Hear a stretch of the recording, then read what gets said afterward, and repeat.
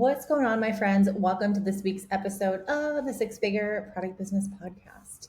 So, today is a fun episode because I'm going to be talking about two reasons why you maybe didn't get the sales that you were hoping for Black Friday, or just in general, the holiday season, why you're not hitting your sales goals. And if you don't have goals, maybe you just didn't get the sales that you were expecting. And you know what? It happens to all of us. And I want to give you some solutions of how to start thinking about what to do about that. Because I think not everyone is going to always hit their sales targets. But when it comes to an e-commerce or product-based business, there are two specific things that you have to have an understanding of. Like, you have to grasp how this works. And the more you can understand it, the more you can say, okay, well, great. I didn't hit my sales, but it's because the numbers from this were this. Okay. So it's empowering to educate yourself on how to analyze this information for your e-commerce business. So that's what we're going to talk about today. So let's go. I'm excited.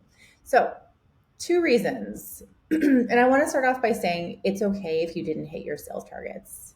I talk all the time about my first season of my business when, it was like the day before Thanksgiving. I'm going to Whole Foods to get my Whole Foods Thanksgiving order that I went to pick up. And I started getting emails from competitors launching Black Friday sales. And I was like, oh my God, I didn't have anything planned. I didn't have any emails. And I had to scramble last minute. And I planned this really complicated promotion, and it totally tanked. So there's reasons that it tanked. One, because my promotion wasn't good, too complicated. And two, I didn't plan ahead. And you have to plan ahead when it comes to the holiday season. So I want to just start off by saying it's okay if you didn't do well. There's always next year. But here's the thing. I want you to learn from mistakes. I want you to learn, why didn't your stuff go well this year? And then you make a list. We'll talk about what to do. And then next year, you're going to be like, all right, Susan, let's do this. Let's plan ahead and let's know what to look for next year. Okay, so when it comes to your e-commerce store, in general, not even for the holiday season, this is for any online store, there are two things that you need to know about. You need to know a lot of things, but there's two specific things that rule an e-commerce and online store. And the two things are your traffic and your conversion rate. Two things. And if you're like, what the fuck is traffic and conversion? Then this episode is perfect for you, because you need to know what these two things are. They work together like a peanut butter or jelly, or I don't even know. I was going to say some weird Twinkie and cream. That just sounds gross. And I don't even know why I just thought of a Twinkie. So anyway, I don't know what's wrong with me today. So these two things, they go together side by side. You will not, if you have an online store, let's say you have a Shopify store and you sell products, you will not get sales if you don't have traffic. However, if you get traffic, that doesn't mean necessarily you're going to get sales. You have to have you have to have a store that converts into sales. And so you have to do the best you can to improve your conversion rate for your online store. That's why I talk so much about your website and website design and how to improve your conversion rate, because you can have all the traffic in the entire planet being driven to your store. But if your website sucks, then, or you're making it hard for people to buy, then your conversion rate is going to be bad. So anyway, you need traffic to sell, and you need a good conversion rate to close the deal, essentially. So these two work side by side, tandem together. So let's first talk about traffic. So traffic is a very measurable thing. Okay. And I want to say measurable here, because if I ask any one of you listening, where does your traffic come from your online store? You're probably going to say, I have no idea. And I don't mean this in a rude way. If you ask me in my current business where my traffic comes from, well, I know it's from my podcast. But if you were like, which keyword are people using to find you? I'm like, I don't know. My current business, I don't always do a good job of tracking that information, but that's irrelevant, because I'm teaching you the product business information, and that has nothing to do with my current service-based business. Okay, so traffic is measurable. which means you can actually open up your dashboard in your Shopify store or in Google Analytics, and you can look at how much traffic you're getting to your online store. It's wonderful. It's a wonderful thing. So if you are like, Carrie, I'm not getting any sales, the first question I'm going to ask you is, how much traffic are you getting? The first question, no matter what else may be interesting here, the first question I'm going to ask you is how much traffic you got. The second question I'm going to ask you, what is your conversion rate? And when you have this information, you can feel empowered to understand why you're not getting any sales. So traffic, if you're looking at your Shopify store, for example, if you open up your Shopify dashboard, you can look at your analytics, and there's a little block on the right that says online store, or like, I think it says online visitors or online sessions. I forget what exactly it says, but it's like online sessions. That's basically traffic. How many people have gone to your store in a specific time period? So if you're not sure what on earth I'm talking about, go to your Shopify store, go to your dashboard, go into your analytics and adjust the dates for any time. But if you want to know, how did I do during the Black Friday sales week, then you can adjust the dates for that and then look at your online store sessions. So if you are like, I didn't get sales, I don't know, I don't understand why my store stinks, I'm a failure. And then you look at your numbers and you're like, oh, well, I only got 100 people that visited my website in the entire month. Well, that's why you're not getting sales, because we're going to talk about conversion rate in a second here. So hold on. You have to know how much traffic you're getting. So even if you don't have Shopify, Etsy has the same kind of analytics. You can look at Etsy and see how many people went to your Etsy store, and then you can see how many people purchase and what your conversion rate is. So these are standard things with any online store. So if you don't have a Shopify store, don't think that you are neglected here. You still have to do your due diligence. So if you understand how much traffic you're getting, then the secret sauce here is conversion rate. So conversion rate, again, goes hand in hand with traffic. So here's the deal. For every, like, the average conversion rate is literally only 1 to 3%. So your conversion rate is basically the amount of people, like, I'm not going to go into the formula here, but the easy way to look at conversion rate is how many people went to your online store versus how many people purchased from you. That number is your conversion rate. The average online store, the average e-commerce business only has a 1 to 3% conversion rate. So here's the deal. If you understand this information, you understand my conversion rate is this, my traffic is this. Okay, it makes sense why I didn't get sales. Great, I'm not a failure. It's just math. It's just numbers. It's just data. And when you know this kind of information, you can make informed decisions moving forward. And I also think, too, you can make informed decisions that you are not a failure, because I think what happens is your business doesn't do well and you jump into, and I do the same thing, okay? So I know what it's like. You jump into this mode of, well, I'm a failure. My business sucks. I should just quit. Oh, I should just like blah, blah, blah. When in fact, it's literally just numbers. Your conversion rate is this.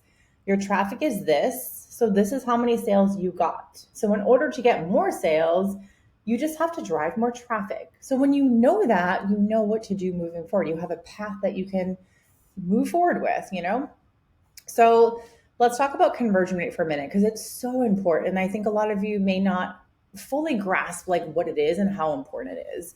So even if you are doing everything right, okay, even if you're doing all the things with your business, you still might have a 1% conversion rate. And, you know, 1% is okay. It's like on the lower side of okay. It's a little low. Okay. I think we want to aim for a minimum of 2% conversion rate. But the difference between 1% and 2% conversion rate is a number of sales. So it's a big deal to go from a 1% conversion rate to a 2% conversion rate. And it's a big deal and a big jump to go from a 2% to a 3%. So I just want to say here, even if you're doing all the right things, you still might have like a 1% conversion rate, and that's okay. So anything under 1% is going to be a problem. Anything over 3%, you're killing it. Okay. And honestly, conversion rate too depends on industry. There's industry standards If you go to Shopify, they have a lot of reports on this kind of information. But what I want to say here is if you go to your analytics and you see, okay, God, my online store conversion rate is only 2%, like I'm a failure. What am I doing? No, you're not. You're not. You're doing good. If you have 2% conversion rate, that is normal. That's average. That's good. So yes, you always want to be improving your conversion rate or at least working towards improving it. But I just want to point this out because I think a lot of times when we look at analytics and we see, oh my gosh, 2% conversion rate, that's a really low number. It must be horrible. It's actually not horrible. It's average. So then let's do some conversion rate math here. Okay. So you have a 1% conversion rate. That means for every 100 website visitors you get, you will on average only get one sale. Okay. And I want to really yell at you here because the amount of times that I will talk to people in my programs or whatever through Instagram or whatever, they'll say, oh my gosh, I didn't get any sales. I'm so disappointed. Like, why does my business suck? And I'll say, how much traffic did you get? And they'll say, oh, I don't know. Let me go look. And they'll come back and they're like, well, I got 50 website visitors. And I was like, that's why you didn't get a sale. It's not because you suck. It's not because your business sucks. It's not because your product sucks. 50 website visitors, even at like a shitty conversion rate, like is not going to get you anything. Okay. You might get one sale, but you're not, if you get 50 people to visit your website, you're likely not going to be getting 5 to 10 sales unless you have some rock star website that like converts the best out of any website in e-commerce history. So just knowing that is powerful. And that's why I wanted to do this episode here because I have talked to a lot of people since Black Friday has ended now. And I wanted to sort of remind you that it's not you, it's literally just math, it's data. And I hate when people say that because it's not math. These are people who are visiting your website. But if you actually think about it in pure cold hard facts, it's just simple math. There's a conversion rate and there's traffic. If you get more traffic, most likely you're going to get more purchases. If you increase your conversion rate by a little bit and you get the same amount of traffic, you're going to get more purchases. If you increase your conversion rate and you increase your traffic, you are going to get even more purchases. So I want you to understand how these two metrics correlate and work with each other because these are foundational things that you need to understand if you have an e-commerce business. Okay. And the point here too is that you need a lot of website traffic to get sales. You need a lot of traffic to get people to buy your stuff. Okay. And the way to get traffic is all the things I teach you: having an affiliate program, having customer loyalty and referral programs, email marketing, SEO, content marketing, all the things. Okay. So now that you understand traffic and conversion, what they are, how to look at those numbers in Shopify, then here's what you want to do. You want to go back, plug in those Black Friday sales dates for your online store, put those in your Shopify dashboard, and then look at those numbers. Look at the traffic number and then look at the conversion rate number. What is it looking like? Is it a 1%? Is it lower than 1%? Is your conversion rate 2%? And to be honest with you, for a lot of people, the conversion rate is higher during that week because you are sending very targeted campaigns. You're saying, hey, we're doing a 30% off sale. Come to the website and buy. And people during that week are ready to buy. So you actually probably have a higher conversion rate than you normally do. But it's really good to look at different time periods and look at how your conversion rate might be different. So anyway, so you want to identify, is it a conversion problem or is it a traffic problem? So again, let's say during the entire Black Friday week, you got 100 website visitors. Well, that's not a lot of traffic, So right there, off the bat, I definitely have a traffic problem. If you have a traffic problem and a conversion problem, then again, knowing is powerful information and you kind of know what to do next. So basically, if you have a traffic issue, you have to drive more traffic to your online store. If you have a conversion issue, you need to be looking at how to fix the conversion issue.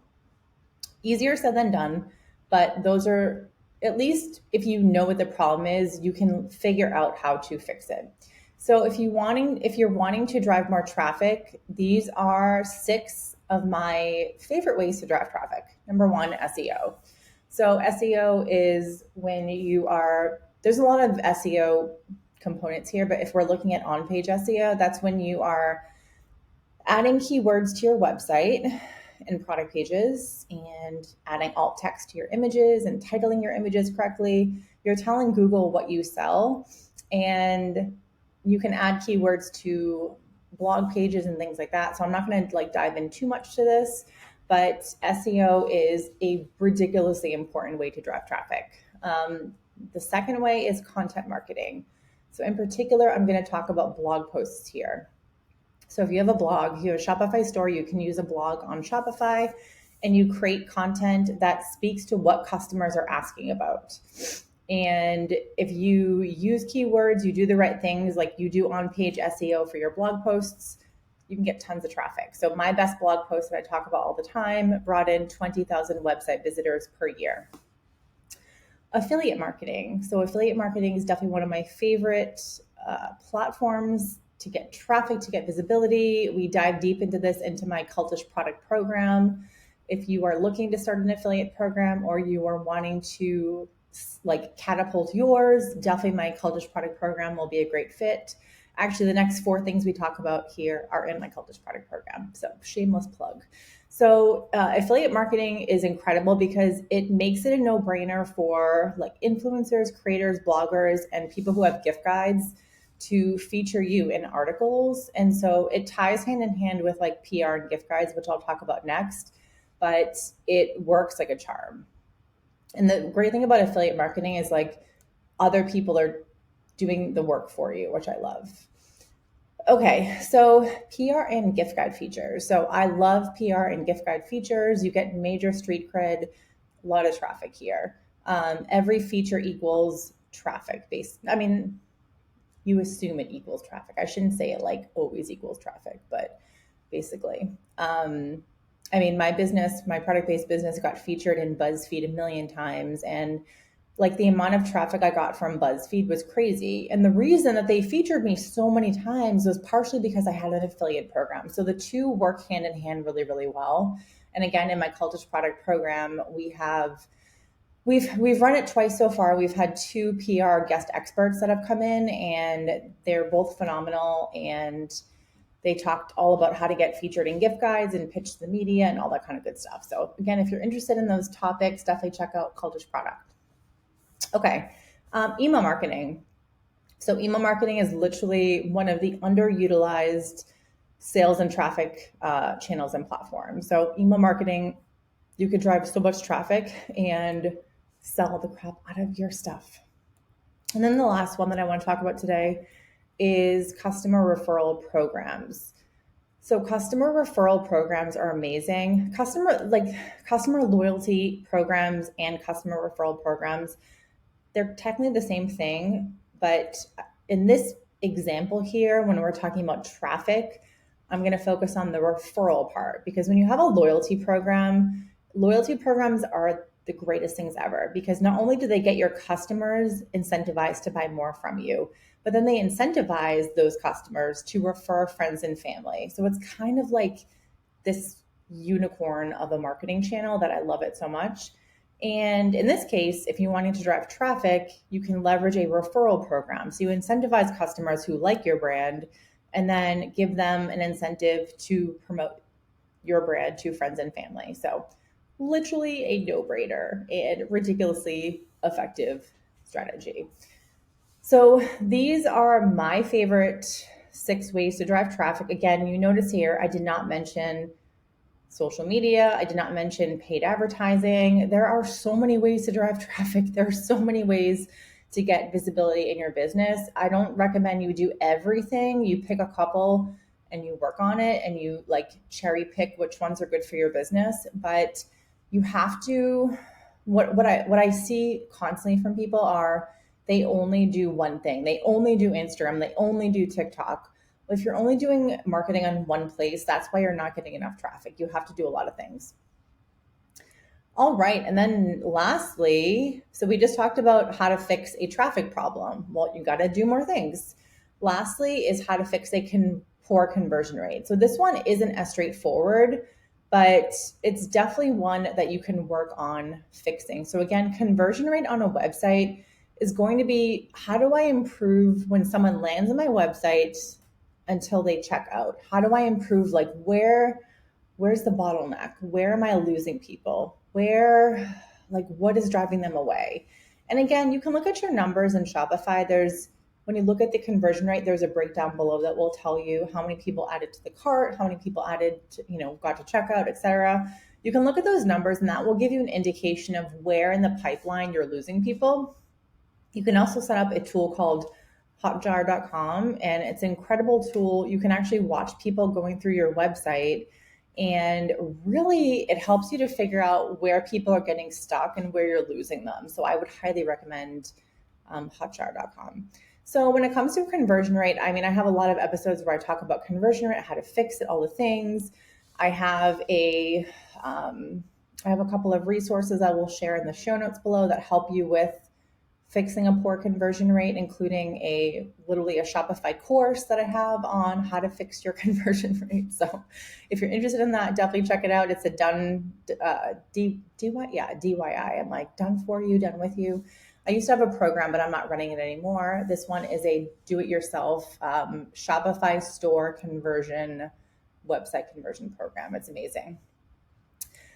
Okay, so a few things is where are you losing people on your website? So just kind of taking a look through your website and looking at, if I was going through here, would I buy something from my site? Am I making it easy for people to find things? So your menu, your navigation, your categories, your collections, how are they looking? Do they make sense? So if someone say you have a skincare brand, do you have collections that are called like for dry skin, for oily skin tools, skin cleansers, like categories that make sense to a customer when they're shopping for something? And I talk about this all the time. You walk into a Target, there's the men's section, the kids section, the food and beverage area, the hair and beauty or health and beauty area. Like, it's super clear where to find things. And online stores have to be even more clear, because when you're shopping online, there's way less attention span. If you're in a store and you can't find something, you can go and ask someone, hey, where can I find the toothpaste or whatever? You don't have that privilege for an online store. They will click out and go to Amazon and buy in 3 seconds. So you have to make sure it's easy to find things. Look at your product pages. Do you have great images of the product that showcase what a product looks like, different angles, zoom in? Do you have good product descriptions? Do you have really clear, bright call to action buttons on your website that don't blend in? And then when it comes to checkout, are you making it easy for people to buy? Do you make someone create an account first? Do you make them answer all these crazy questions? Do you offer more than one payment option? So these are all things that contribute to a conversion rate and how to make yours better. There's a lot more things that we could talk about here. But those are some things that you can kind of do to fix a conversion rate. So that is it for this episode.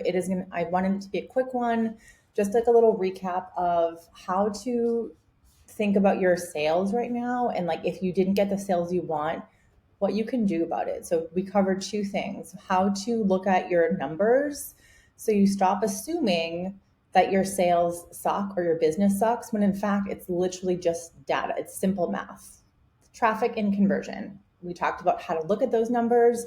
We talked about what to do. So identifying, do you have a traffic problem or a conversion problem, and then what to do about it. So I hope this episode helped you to just kind of not get down on yourself for holiday sales, because I know it's really easy to think, oh my gosh, my business is so bad, but in fact it's not. You just need to drive more traffic, So anyway, my friends, I will talk to you next week. We have a lot of updates coming on the business that I'm excited to share with you.